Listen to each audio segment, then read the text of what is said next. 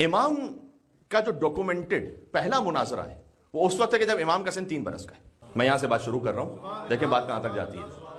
جو ڈاکومنٹڈ امام کا تاریخ میں مناظرہ موجود ہے وہ بھی کہ اتنے مشکل موضوع پر ہے کہ ابھی میں آپ سے عرض کرتا ہوں. عبد الملک بن مروان اس نے خط لکھا ہے کسے؟ ہمارے چوتھے مولا یعنی امام صادق کے دادا امام سید الساجدین زین العابدین علی بن حسین علیہ السلام کو. اللہم صلی علی محمد و علی محمد. عبد الملک بن مروان کی موت ہو گئی ہے 86 ہجری. امام صادق علیہ السلام کی ولادت ہے 83 ہجری. یہ ذہن میں رکھیے گا. عبد الملک بن مروان نے جب خط لکھا ہے اپنی زندگی کے اواخر میں تو گویا یہ 86 ہجری کا واقعہ یا شاید 85 کا بھی واقعہ ہو، ہمیں نہیں معلوم. اس نے خط لکھا ہے امام زین العابدین علیہ السلام کو. امام زین العابدین کی شہادت 95 ہجری. تو اس نے خط لکھا اور اس نے کہا کہ ہمارے یہاں پر ایک بڑا فلسفی ہے اور وہ قدری ہے. ایک قدریہ فرقہ بنا تھا زمانے میں، اس کے نظریات ابھی تک بھی کچھ باقی ہیں جس میں 2 ایکسٹریمز ہیں. ایک ہے اشاعرہ، ایک ہے معتزلہ. یہ اہل سنت ہی میں 2 فرقے ہیں علم کلام کے اعتبار سے. اشاعرہ یہ کہتے ہیں کہ جو کچھ ہے وہ اللہ کروا رہا ہے، انسان کا کوئی دخل ہے ہی نہیں. یہ نظریہ بنایا تھا بنی امیہ نے اور اس کو سپورٹ کیا پولیٹیکلی کہ کربلا کا واقعہ ہوا تو اس میں ہمارا کیا قصور ہے، جو کروایا اللہ نے کروایا. اس کا جواب تو بڑا آسان ہے کہ اگر آج ہم بنی امیہ پہ لعنت بھیجے تو بگڑنے کی ضرورت نہیں، اس لیے کہ ہم سے بھی جو کروا رہا ہے اللہ ہی کروا رہا ہے.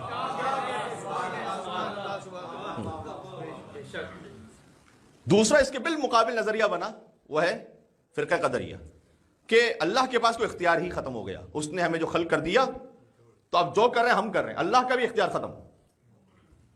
یہ اس ایکسٹریم پر مولا علیہ السلام نے فرمایا تھا الامر بین الامرین، معاملہ دونوں کے درمیان ہے. اس کی وضاحت کبھی اور. امام زین العابدین کو خط لکھا عبد الملک بن مروان نے کہ یہ جو قدری فرقے کا عالم ہے جو یہ کہہ رہا ہے کہ جو کر رہے ہیں ہم کر رہے ہیں، اس لیے کہ ہمیں اپنے اعمال کا حساب کتاب دینا ہے. تو اللہ کو کہاں سے اختیار ہے؟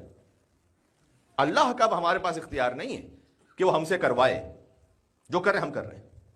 تو اس کا کوئی جواب نہیں، اس کا جواب دینے والا کوئی نہیں. امام زین العابدین علیہ السلام خود موجود ہیں، ان کے فرزند امام باقر علیہ السلام موجود ہیں. اللہم صلی علی محمد و علی محمد. امام نے جواب دینے کے لیے بھیجا 3 برس کے امام جعفر صادق علیہ السلام کو. امام جعفر صادق علیہ السلام 3 برس کے سن میں وہاں پہنچے. عبد الملک بن مروان شام میں، گویا شاید امام یہ سمجھانا چاہتے تھے کہ جس شام میں تم نے حسین کے بچوں کو قیدی بنایا تھا، آج حسین ہی کا ایک بچہ 3 سال کا وہ اپنے علم سے شام فتح کرنے آیا ہے.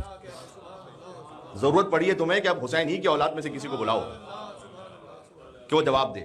تو امام وہاں پہنچے تو اس قدری فرقے کا عالم نے کہا کہ یہ ایک عجیب تماشا ہے کہ بڑے بڑوں کو میں شکست دے چکا ہوں اور یہ 3 سال کا بچہ میرے سامنے ہے. امام نے ایک بہت لطیف جملہ اس سے کہا. امام نے کہا کہ تجھے زیادہ انتظار نہیں کرنا پڑے گا، گفتگو کر لیں.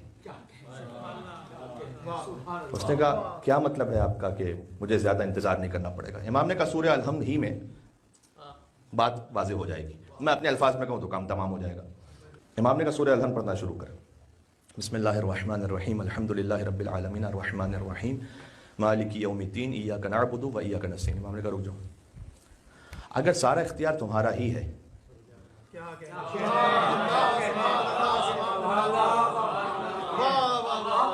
اگر سب کچھ تمہارا ہی، اللہ کا کوئی دخل ہے ہی نہیں، تو ایاک نعبد و ایاک نستعین کا مطلب کیا ہے؟ پروردگار میں تیری عبادت کرتا ہوں، تجھ سے مدد چاہتا ہوں.